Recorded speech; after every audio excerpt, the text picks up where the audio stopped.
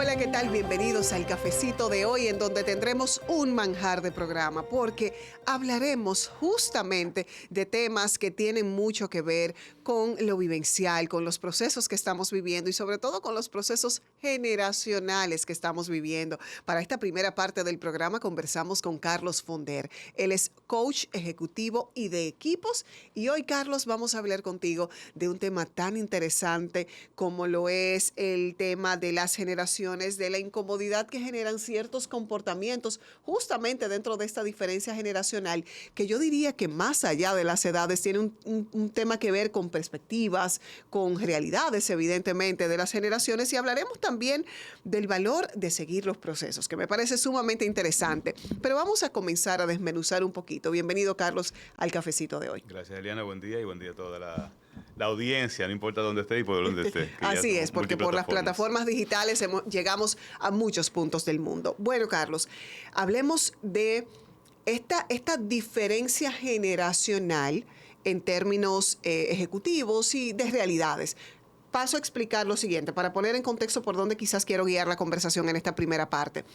Toda la vida se ha dicho que las generaciones anteriores son mejores y siempre hay una valoración, sobre todo en esa generación adulta, de decir, no, porque la juventud de hoy, sin embargo, creo que esta es la época en donde esa diferenciación y esa brecha ha sido más amplia. Tenemos herramientas distintas. Y sobre esa realidad, dentro de lo que te toca ver a diario, ¿cómo valoras tú ese constante discurso de la diferencia generacional y de lo negativo que es una y lo positivo que puede ser otra en ambas vías? Quiero empezar un poco poniéndonos con unos números. A mí me gusta, más que percepción, hablar de estadísticas. Cuando escucho a personas de generaciones anteriores, abuelos, hablando que en sus tiempos, y yo le hago algunas preguntas sencillas. En tus tiempos, ¿cuántas mujeres daban a luz en la casa? Uh-huh. ¿Y cómo está ese número hoy? En tus tiempos, ¿cuántas mujeres iban a por lo menos 4 o 5 citas al médico en un embarazo? Uh-huh. ¿Y qué pasa hoy? En tu tiempo, ¿cuál era la posibilidad de que una mujer muriera o su hijo en el parto? ¿Y cómo está eso hoy? Y en tu tiempo, ¿cuál era la esperanza de vida? Porque la gente tiene todavía la percepción de que antes la gente vivía más años. Sin embargo, antes, a los 40, 45 años, por una infección en un pie, sí, tú te morías. Por una fiebre. Por una fiebre. Y mucha gente se murió y nunca supo de qué. Uh-huh.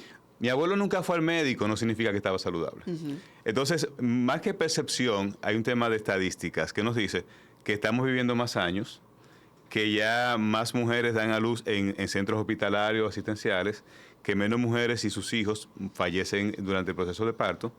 Y entonces nuestra esperanza de vida, que hoy se sitúa casi en 75 años, y de hecho lo que hace que los sistemas de pensiones estén en crisis. Uh-huh. Los sistemas de pensiones, no en República Dominicana solamente, sino a nivel internacional, fueron diseñados para que usted no pasara de 65 años. Tú trabajabas hasta los 60. Claro, mientras más vives, más tiempo hay que darte. Exacto, sale más caro. Claro. Entonces tú trabajabas hasta los 60 y el sistema te mantenía 5 años. Ahora trabajas hasta los 60 y el sistema te mantiene 15 años. Entonces el sistema no aguanta, los números no dan, esto es simple matemática. Entonces, con esos números, con esas estadísticas, pasa lo siguiente. Hay un tema romántico. Por ejemplo, cuando yo estaba en la adolescencia, en el colegio, terminando mi bachillerato, la música que estaba de moda uh-huh. es la que yo conecto con esa época de mi vida y me siento muy bien cuando la escucho. Antes la música era mejor, no, es la que me tocó a mí, es la que yo disfruté. Pero si le pregunto a mi abuelo o a mi abuela, ¿cuál es la mejor música? Claro. La época de su juventud que disfrutó. Sencillo. Yo recuerdo muy bien, estando muy pequeño, que el rey del merengue, Johnny Ventura, tuvo muchísimos choques con doña Zaida Lobatón, uh-huh, uh-huh. que dirigía la Comisión de Espectáculos Públicos, que creo que tenía otro nombre en ese momento, y que a Johnny Ventura lo censuraban cuando grabó El Cuavero. Por ejemplo. Que hoy lo puedo decir con libertad, pero en ese momento era censurado. Uh-huh. Venga, vecina, coge su etilla, que llegó El Cuavero. Entonces, en esa época era todo un escándalo. Era otra manera de expresarse, claro, guardando las distancias. Entonces, eso hace que la perspectiva de esta generación sea muy distinta.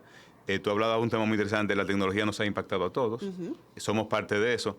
Entonces, siempre que yo miro mi realidad hoy, que el próximo año cumplo 50 años, no lo veo igual como lo ve mi hijo, que tiene 21, el mayor. Que mi primera computadora la compré yo a los 21 años, pero cuando mis hijos nacieron ya había computadoras en la casa. Entonces, crecen bajo un esquema distinto. Cuando yo era pequeño y te veía a ti mucho pegado de una consola, videojuegos, cuando salió el Game Boy en aquellos momentos. Para los más jóvenes esto es historia, ¿verdad? No saben lo que es un Game Boy, no saben de lo que se perdieron. Muchacho, te vas a dañar los ojos, quítate de ahí. Pero hoy es un medio de producción.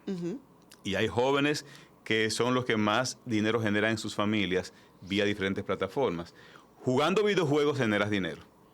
Y de hecho, nosotros como país debemos sentirnos orgullosos que tenemos uno de los campeones de videojuegos más prolíferos a nivel mundial. Pero entonces, Carlos, ¿por qué aún conociendo esas realidades? Porque ahora tenemos el acceso a la información mucho más a la mano que en esas épocas, y probablemente por eso era que no nos enterábamos que el tío de mi primo se murió de una fiebre a los 40.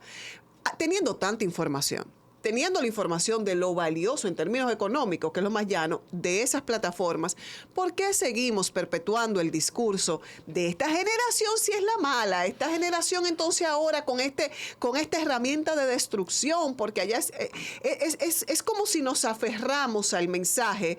Porque, vaya, tú mencionas un punto interesantísimo, que es ese tema de la nostalgia. Pero la nostalgia en términos emocionales solo nos permite acordarnos de lo bueno. Exactamente. Yo, en mi nostalgia de ese lugar en donde vivía de pequeña, me acuerdo de cuando andaba en bicicleta en el parqueo con todos mis compañeritos, pero no me acuerdo del ruido que hacía la vecina. O sea, la nostalgia nos bloquea esa parte negativa que tuvieron nuestras generaciones también. ¿Por qué se siguen perpetuando esos discursos de la que viene es la mala? Y en los años que vienen, no sé si me alcanzas ahí por esa vía. Sí, perfectamente. Lo que pasa es que hay un tema, tú dijiste, la palabra clave aquí es nostalgia. Yo, posiblemente, hay cosas que no la hago por tiempo, por recursos, porque no son mi prioridad. Pero siempre, yo lo que siento, cuando recuerdo mis 20 y mis 30, recuerdo lo que yo hacía y me emociona recordar eso. Pero yo no estoy viviendo sin nivel de adrenalina hoy. Yo estoy enganchado con lo que me pasó hace 20 años, 30 años. Entonces, para mí, lo que tú estás haciendo, discúlpeme la palabra, es un disparate. Pero lo que pasa es que tú lo estás viviendo con tu adrenalina, con tu energía. Por ejemplo, alguien muy cercano a mí se va de la casa a vivir en la universidad. Cuando esta persona sale a vivir en la universidad, aquí en República Dominicana, él está emocionado y se desconecta y dura semanas sin hablar con la familia. Pero ¿qué pasa con los padres? ¿Entran en crisis? Sí, totalmente. Porque ellos están apegados a tener a su hijo. Él está abriéndose al mundo. Entonces, son realidades distintas. Se vale la nostalgia, se vale entender que yo lo disfruté, que me gustó muchísimo, pero eso no significa que infravalore lo que está pasando ahora. Eso no significa que todo el que... Por ejemplo, y voy a decir esto con mucho respeto a la generación anterior. Antes, un caballero tenía una familia aquí y otra familia a una esquina, y era don fulano, y era muy respetado. Sí. Hoy eso no se ve. Y no digo que sean más fieles o menos fieles, pero ese nivel de descaro no ocurre porque las mujeres son menos tolerantes, porque en la misma sociedad hay una presión. Esta semana tenemos un legislador que dice que valora la violencia sexual dentro del matrimonio. Un día, al otro día dice que no tiene que pedir disculpas. Al día siguiente dice que lo malinterpretaron. Y anoche dijo que lo disculparan. En 5 días pasó todo esto. Y ustedes que son expertos en comunicación, ¿eso no hubiese ocurrido en los años 80? No. Todo lo contrario. Se aferra a ese discurso y muchos se suman igual. Exactamente. Porque es un discurso que viene justamente de esas generaciones que de alguna manera validaban esos comportamientos. Carlos, me imagino que lo ves a diario en tu práctica laboral y es este cambio de prioridades. Todavía nosotros venimos de generaciones en donde durar mucho tiempo en un trabajo, echar raíces en ese trabajo, y vemos empresas en donde hay personas que tienen 30, 40, 50 años haciendo lo mismo, pero porque la meta era comprar una casa a los tantos años, tener hijos. O sea, ya esas prioridades han cambiado de orden, pero de manera brutal. Esta generación o generaciones recientes tienen otras. Y como hay cabezas así de variadas. ¿Cómo manejas tú ese tema en términos de coaching? Porque la verdad puede ser chocante, porque es que te encuentras distintos niveles por cantidad de personas. Absolutamente. Mira, esa pregunta está muy buena, porque ¿qué pasa? Vamos en términos de lo que eran los requerimientos sociales, el discurso que te vendían. Sí. Sobre todo, voy a decirlo con mucho respeto, sobre todo las mujeres tuvieron más impacto, porque el discurso era, la niña estudia, claro, se gradúa, sí, se casa, tiene hijos, tiene sus hijos, tiene primero, ¿cuándo va a tener el siguiente? Entonces, ahora, la niña estudia, decide, me voy a tomar un año sabático. Sí. Porque de repente no me interesa solamente tener un título, sino vivir experiencias. Pero luego que estudia, dice, ok, ya estudié, me gradué, ahora quiero desarrollarme a nivel profesional y quiero hacer una maestría. Y busco una maestría fuera del país. Y la pareja, no sé, no es mi interés. Porque tú quieres, como el ser humano, más allá de ser hombre o mujer, quieres desarrollarte, vivir experiencia, aprender de la vida y luego entender si tú tienes la madurez suficiente para eso. Pero ¿qué pasaba en el contexto anterior? Muchísimos modelos sí funcionaron y hay familias muy exitosas, pero hay muchos casos de que tú te casabas por presión social. Sí, sí, sí. No necesariamente porque tú sentías con la madurez adecuada, porque sentías que era el compañero o la compañera Y eso correspondiente para ti. condenaba un fracaso del mismo matrimonio. Y gente que permaneció en esos matrimonios insatisfechos. ¿Y qué modelo de familia le vendieron a los hijos? Usted aguanta. No importa que le vaya bien, que le vaya mal, que lo maltraten. Usted no tiene que ser feliz, tiene que estar ahí. Entonces, muchos hijos crecieron con ese modelo y lastimosamente lo han duplicado. Pero ¿qué pasa también? Que los hijos que vieron ese modelo han dicho, yo no quiero ese modelo. Sí. Por ejemplo, mi papá fumaba. Y yo veía a mi papá con un cigarrillo prender el otro. Y un día, yo por curiosidad como niño, tomé un cigarrillo. Y yo dije, yo no quiero hacer lo que hace mi papá. Y mira, mi papá es un hombre que lo respeto y lo amo, pero yo no quería seguir ese modelo. Y eso le ha pasado con mucha gente, que en un ámbito ya más de negocios, vio un negocio que prosperó, pero que le robó a su papá. Exacto. Que su papá, porque el negocio fuera rentable, no estuvo en cumpleaños, no buscaba la nota, no iba a reuniones del colegio, en las navidades no aparecía. Y decía, ¿para qué yo quiero meterme en un esquema de negocio, de desarrollo profesional, que me quitó a mi familia, que me quitó a mi papá? No me interesa. Carlos, nosotros tenemos que pausar ahora y quiero dejar sobre ese mismo tema que estás citando, sobre la mesa también el tema, la forma en la que ha sido influyente, ha ayudado el mismo tema de que ya hay, digamos que mayor cantidad de personas que comienzan a normalizar esos comportamientos de no te quieres casar, pues perfecto, es válido. Distintos modelos de éxito a los que nos habían vendido y a los que todavía nos venden, sobre todo en nuestra sociedad dominicana. Pero vamos a desarrollar esta conversación interesantísima con Carlos Fonder después de la pausa.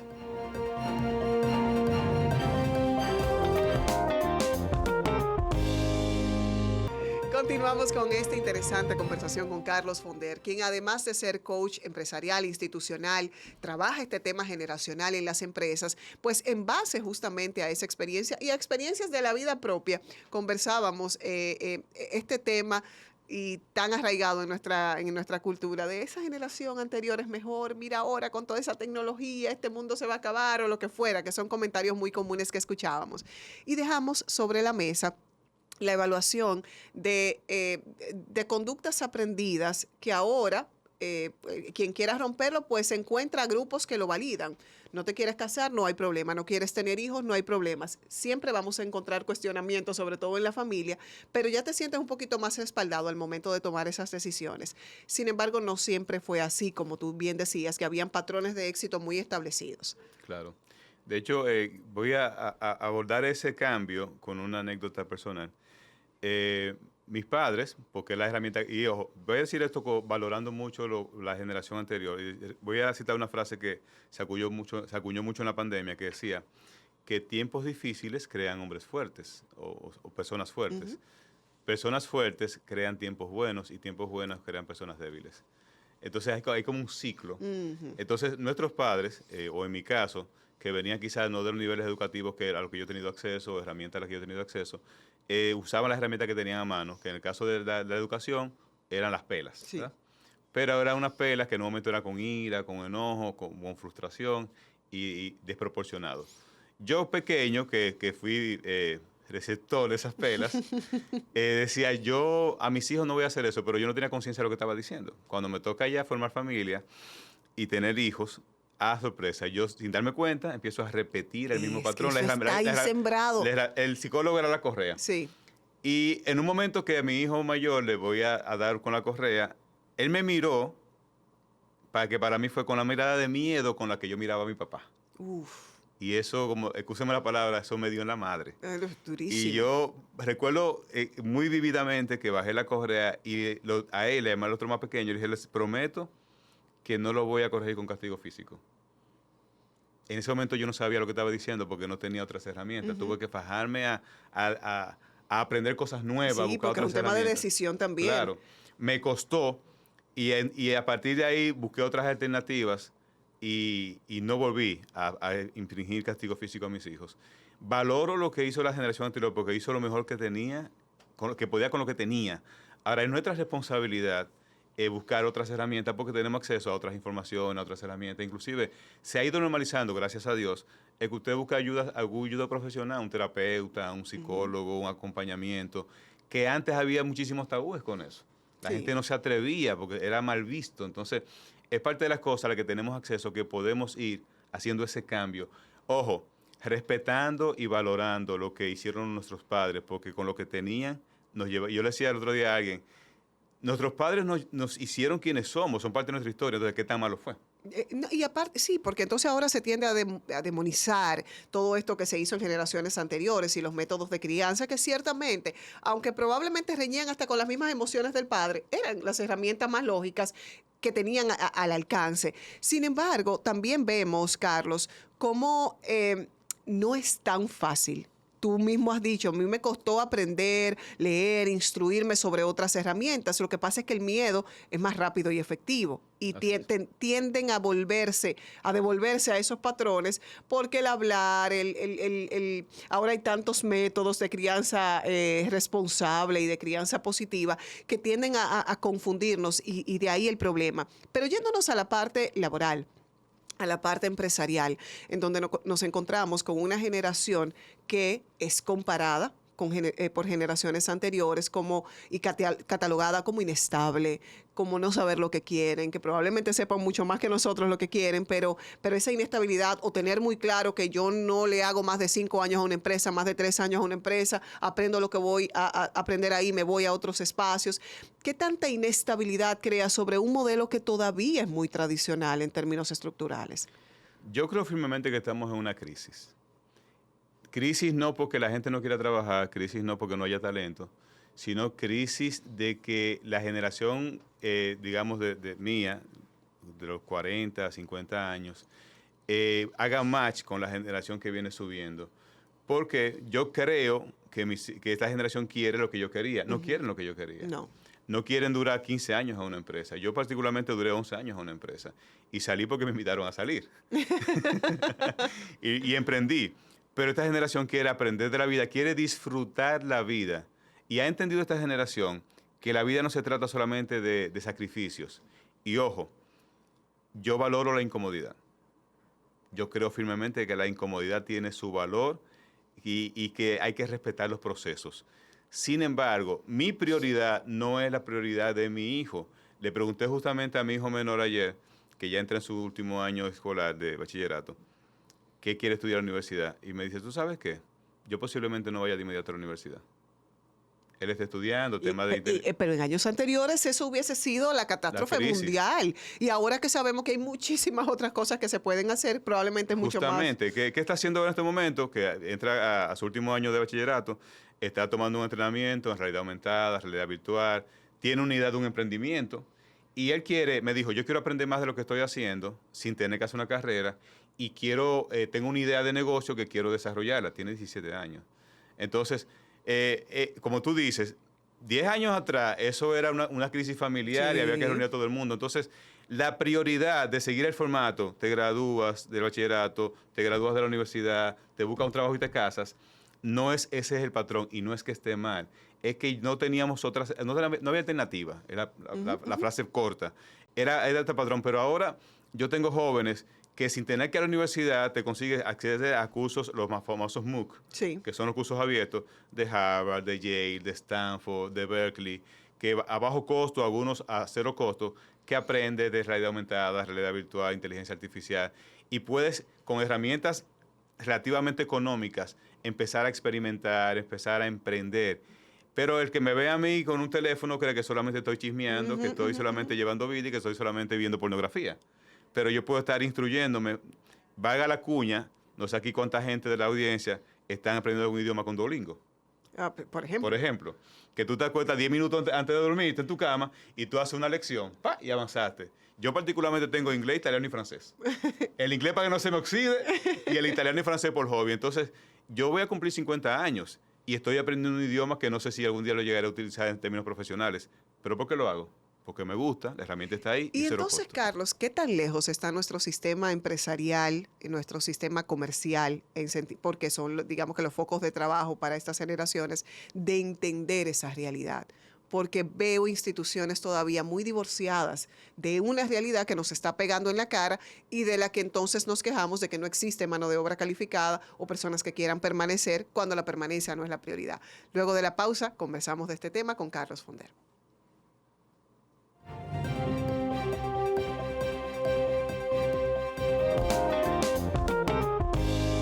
Continuamos en el cafecito de hoy conversando con Carlos Fonder, quien es coach empresarial, institucional y justamente un experto en este tema generacional, más que por un tema de edades, un tema de realidades.